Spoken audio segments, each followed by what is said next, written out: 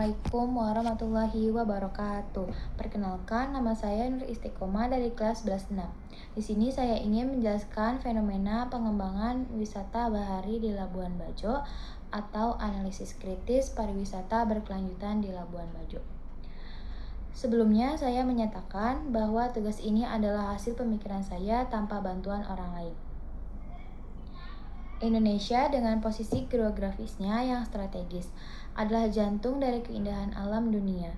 Fenomena yang saya akan bahas adalah Labuan Bajo, Nusa Tenggara Timur, yang kini bertransformasi menjadi destinasi wisata super prioritas. Lebih dari sekedar gerbang menuju Komodo, Labuan Bajo adalah studi kasus nyata bagaimana posisi strategis Indonesia dan pengolahan sumber daya alam dapat memajukan ekonomi sekaligus membawa tantangan lingkungan. Peran posisi strategis terhadap kegiatan ekonomi dan sosial.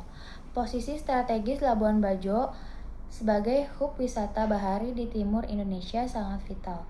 Secara ekonomi, ia menghidupkan sektor pariwisata lokal, mulai dari perhotelan, restoran, hingga jasa live on board. Ini adalah poros yang menggerakkan roda ekonomi baru. Secara sosial, dampak perannya adalah penciptaan lapangan kerja baru. Nelayan kini bisa menjadi pemandu wisata. Generasi muda memiliki alternatif mata pencarian, dan masyarakat lokal terangkat kesejahteraannya. Posisi sumber daya alam yang dimanfaatkan dan pengelolaannya. Sumber daya alam utama Labuan Bajo adalah keindahan bahari dan kekayaan hayati endemik, terutama komodo di Taman Nasional Komodo. Pengelolaannya mengedepankan konservasi ketat untuk melindungi ekosistem purba ini. Namun, akselerasi pariwisata juga memunculkan dampak ganda.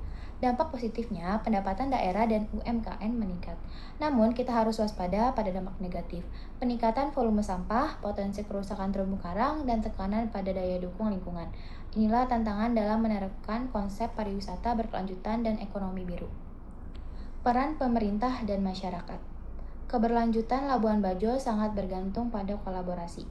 Pemerintah berperan menata infrastruktur dan membuat kebijakan, sementara masyarakat berperan menjaga lingkungan dan budaya lokal. Sebagai refleksi kritis agar pemanfaatan sumber daya alam Labuan Bajo dan Indonesia umumnya dapat berkelanjutan, kita harus mengedepankan prinsip keadilan intergenerasi dan intragenerasi.